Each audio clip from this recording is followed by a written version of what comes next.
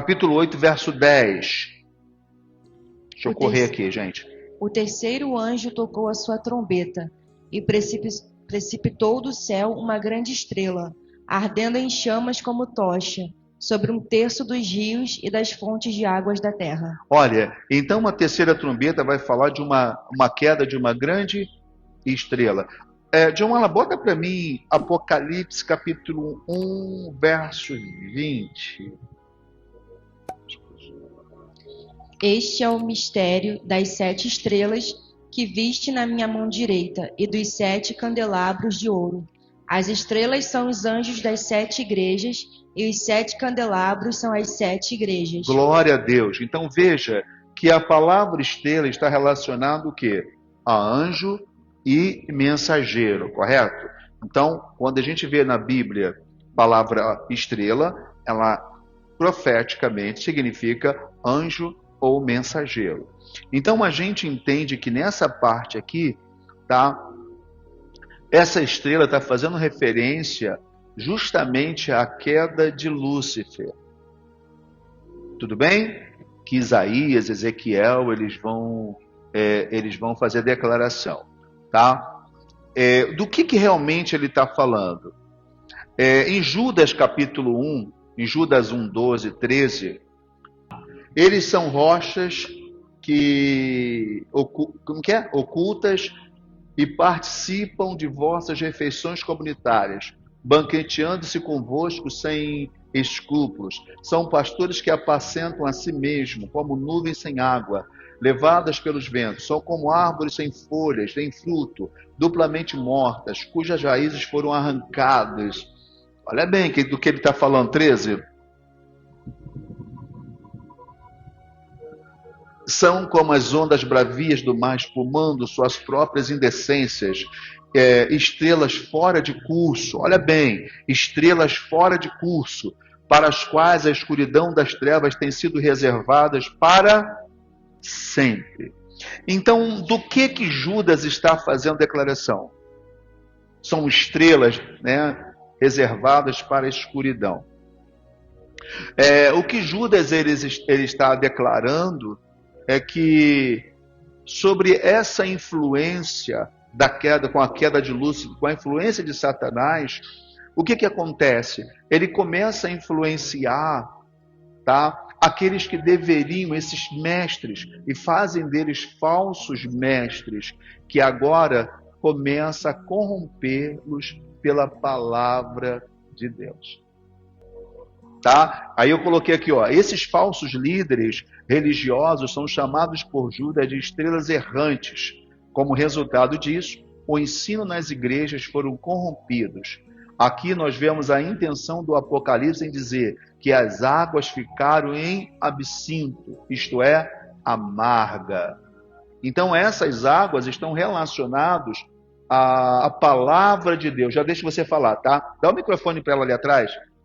Não, é que eu fiquei com uma dúvida. Quando o senhor falou que a terceira trombeta era a queda de Lúcifer.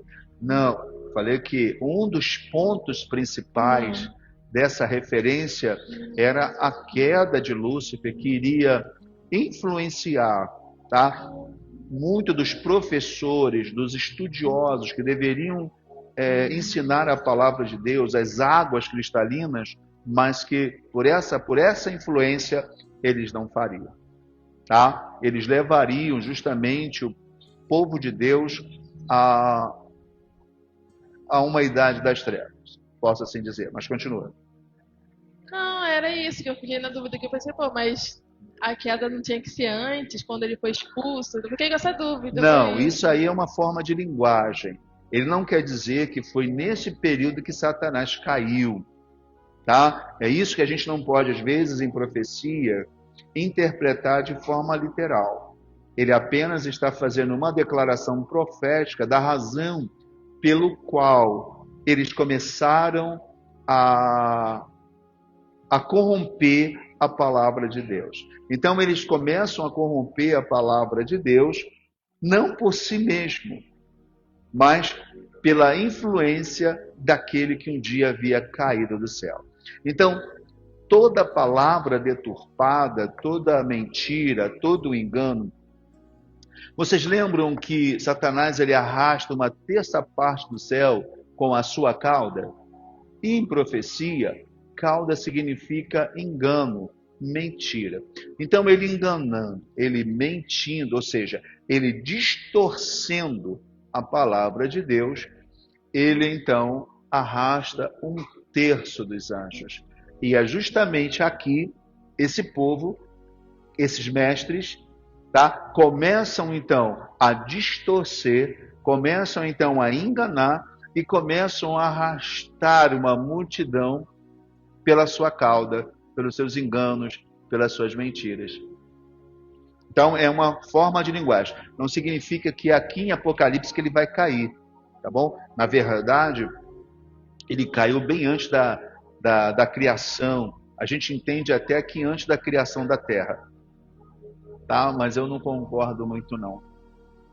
Eu acredito que Deus ainda não tinha colocado o ser humano na Terra, mas a Terra já havia sido criada. Tá bom? É isso que eu entendo. E aí quando ele cai lá, aí Deus faz uma coisa maravilhosa. Deus fala assim, beleza, tá bom. Vamos dar então... Aí gente, surta aí não, hein? Bom, como houve aqueles anjos que tomaram a decisão em ficar em favor de Deus, ao lado de Deus, houve aqueles que ele arrastou com uma terça parte que se opôs a Deus e ficou a favor dele, mas houve uns anjos que ficou assim, e agora? Quem está falando a verdade? E agora? Preciso ter certeza. Beleza. O amor de Deus é tão grande, por favor, essa é a minha teoria, tá bom, gente? Estou escrevendo, tá? Nunca sai esse troço. Houve aquele povo que ficou assim, caramba, e agora? Aí Deus joga eles, lança eles, essa terça parte, aonde? Nessa terra, que essa terra era chamada de trevas. Ok? Assim segundo os livros antigos. Ok. E nessas trevas ele, né, passou a visitar. Então, lançou aqui. Aí Deus falou assim, poxa, a gente não vamos, né? Esses ficaram na dúvida.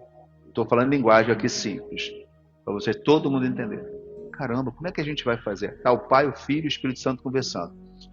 Mas os que ficaram na dúvida, a gente vai sentenciá-los também, junto com aqueles que decidiram contra nós, que se revoltaram contra nós? Que culpa eles têm? Alguém se levanta no nosso meio, alguém que eu ungi, alguém que eu separei, traz para eles isso e agora eles ficaram na dúvida. É culpa deles? Aí Deus fala, a gente precisa dar a eles uma outra chance.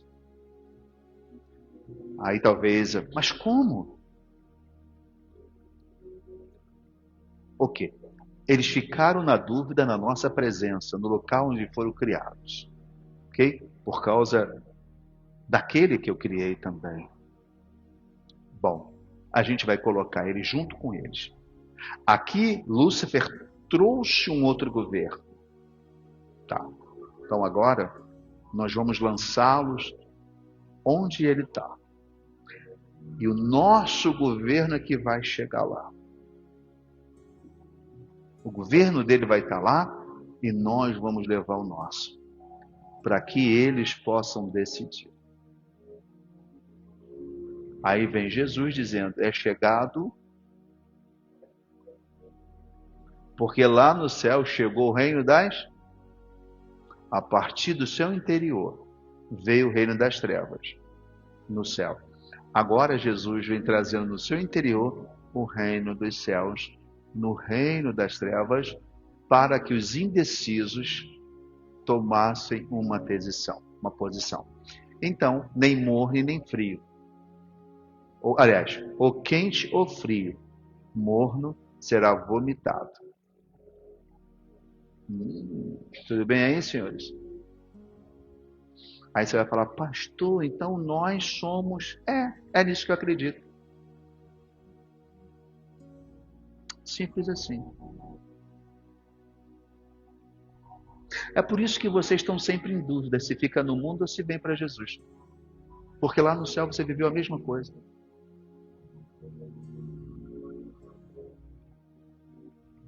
Só que agora aqui é a nossa última chance. Os indecisos estão aqui. E eu faço parte deles. E parece que esse karma vem com a gente. Você está sempre indeciso entre Deus e eu vou usar a linguagem, o diabo, que representa o mundo e as coisas do mundo. Porque isso vem na nossa essência, para que a gente lutasse contra a nossa natureza, para que a gente pudesse tomar uma decisão, ou contra ou a favor de Deus. Essa é a oportunidade que Deus nos dá. Talvez você fale assim, pastor, que loucura. Pois é. Da onde Deus tirou Adão mesmo, hein?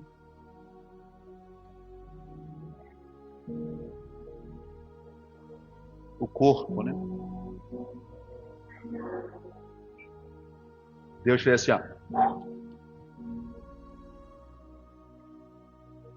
Como se Adão tivesse em algum lugar espiritual e Deus fizesse um teletransporte para dentro dele para aquela carne. Bem-vindo ao clube.